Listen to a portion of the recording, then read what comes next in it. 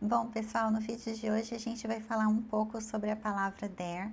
A palavra there é uma palavra que tem diferentes significados, mas hoje eu quero tratá-la com um significado bastante específico. A gente vai falar dessa palavra como sentido de sujeito impessoal. Portanto, pessoal, nesse vídeo a gente vai falar bastante sobre a gramática, tá legal? Então, caso vocês gostem desse tipo de conteúdo, eu peço que vocês fiquem comigo até o final. Eu vou deixar a minutagem aqui embaixo também, caso vocês queiram pular o vídeo para algo que vocês consideram mais importante ou mais relevante para o aprendizado de vocês, tá legal? Bom, pessoal, o que seria, afinal de contas, um sujeito impessoal? Para isso, eu vou fazer um paralelo com o nosso português para tornar as coisas um pouco mais didáticas para que vocês consigam me entender melhor. Em português, pessoal, é muito comum a gente começar as nossas frases com verbos. Por exemplo, tem uma padaria aqui na rua, pode haver um escândalo, não tem leite, foi um desastre. Bom, pessoal, as frases que eu tô falando aqui são completamente desconexas e aleatórias, elas não têm conexão entre si. Aqui é só para mostrar para vocês que nessas frases a gente não tem nenhum pronome. A gente começa a nossa frase usando um verbo logo no início. Em inglês, pessoal, isso não pode acontecer. Então, em inglês, a gente sempre precisa de um verbo. E é aí que entra o sujeito impessoal. Toda vez que a gente quiser falar que existe alguma coisa, que há alguma coisa, que há possibilidade de alguma coisa, a gente vai usar o sujeito there. Já que em português a gente não precisa de sujeito para começar as nossas frases, isso significa que quando a gente tiver o there, a gente não vai traduzi-lo para o português, porque em português não precisa. Só que em inglês ele precisa estar presente na frase para a gente cumprir uma convenção gramatical, vamos colocar nesses termos, tá legal? Então,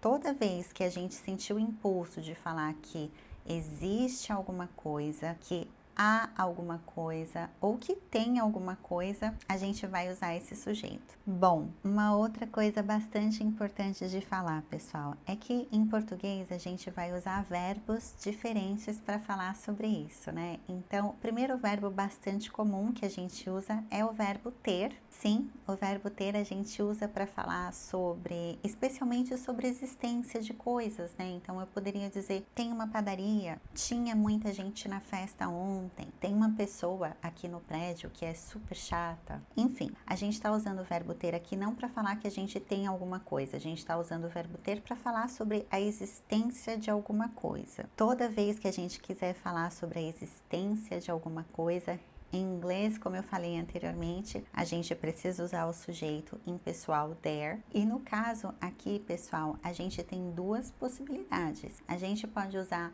o there is ou o there are para falar de algo que existe ou que há no presente, ou a gente pode usar there was or there were para falar que existia ou que havia ou que tinha no passado. Em outros termos, se eu disser tem uma padaria aqui no meu bairro, there is a bakery here in my neighborhood. Tinha muita gente na festa ontem, there were many people at the party yesterday. Há muitos prédios aqui na minha cidade, there are many buildings in my city. Tinha muita coisa para fazer, there were many things to do. Enfim, pessoal, toda vez que a gente sentir esse impulso de falar tem ou tinha em português, isso significa que em inglês a gente vai ter essas quatro possibilidades. There is e there are para o presente. Aqui a única diferença seria somente entre o singular e o plural. E there was e there were para o passado, a diferença permanece sendo a mesma, tanto para o plural quanto para o singular. Aqui a diferença permanece sendo a mesma, então there was singular,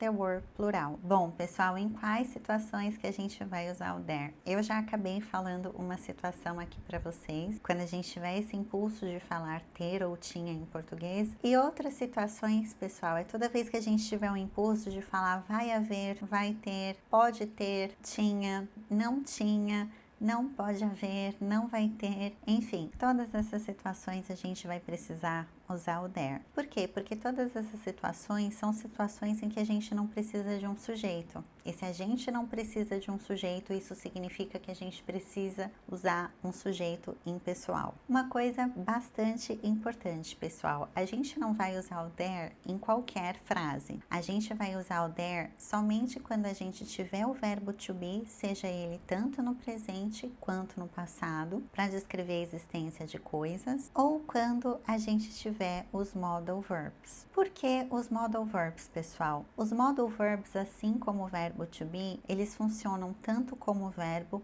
quanto como auxiliares. E para usar o there, a gente precisa ter um verbo auxiliar. Por que que a gente precisa ter um verbo auxiliar? Porque verbos auxiliares, pessoal, eles não precisam de sujeitos para existirem numa frase, ao contrário de verbos normais. Verbos normais precisam de sujeitos. Isso não significa, pessoal, que verbos auxiliares só podem ser usados com sujeitos impessoais. Não é isso que eu estou dizendo, tá legal? Eu estou dizendo que eles também podem ser usados com sujeitos impessoais, como é o caso do there. E que isso não é verdade para verbos normais. Verbos normais precisam ser usados com outra categoria de sujeito. Alguns exemplos para vocês darem uma olhadinha. There will be a party tomorrow. There might be a problem in the future. There won't be time to finish. There won't be another chance. There can be a delay. There must be a reason. Então, pessoal, basicamente, toda vez que vocês tiverem o impulso de começar uma frase em inglês sem um verbo, se essa frase não for uma pergunta, a gente vai precisar de um sujeito. Claro, aqui eu estou me referindo a situações em que a gente vai fazer frases sem ser perguntas, sem ser interrogativas, porque no caso de perguntas e interrogativas, a gente vai atribuir outras regras, tá legal? Mas no caso de frases positivas, a gente precisa começar essas frases com um sujeito. E se essa sua frase tiver ou um modal verb, ou estiver descrevendo a existência de alguma coisa, muito provavelmente 99% de chances da gente ter que usar o there. Pessoal, eu espero de verdade que vocês tenham gostado desse vídeo. Caso tenha restado alguma dúvida para vocês, eu peço que vocês deixem aqui embaixo nos comentários. Caso vocês queiram conhecer um pouco mais do meu trabalho, eu vou deixar um link aqui que vocês podem acessar. Caso vocês não queiram conhecer mais meu trabalho, mas gostam desse tipo de conteúdo, eu vou deixar um outro link aqui no qual vocês conseguem ter acesso a algumas aulas que eu tenho disponíveis, porém são aulas que só serão disponibilizadas para quem se inscrever, tá legal? Pessoal, thank you very much for your attention and your appreciation, and see you again next video.